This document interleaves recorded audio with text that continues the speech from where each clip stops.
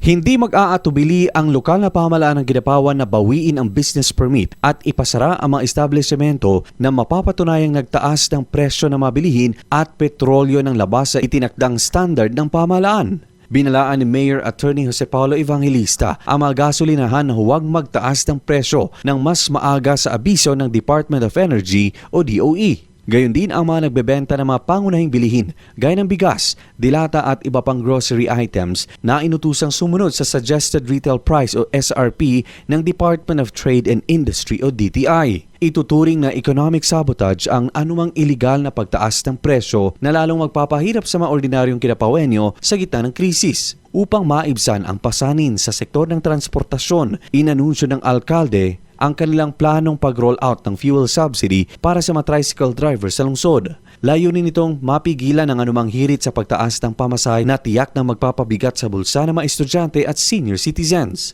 Warning to all business establishments here in the city, especially sa mga gasoline stations. Ayaw lang gid mo glapas, ayaw pud mo increase in advance. Kay kita ang mag-away. Kung naay sumbong, nag-increase mo una-una, we will order the closure of your establishment.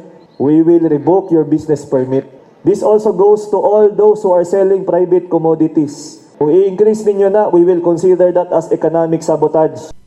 Luigi Alan Totor, NDBC, Bida Balita.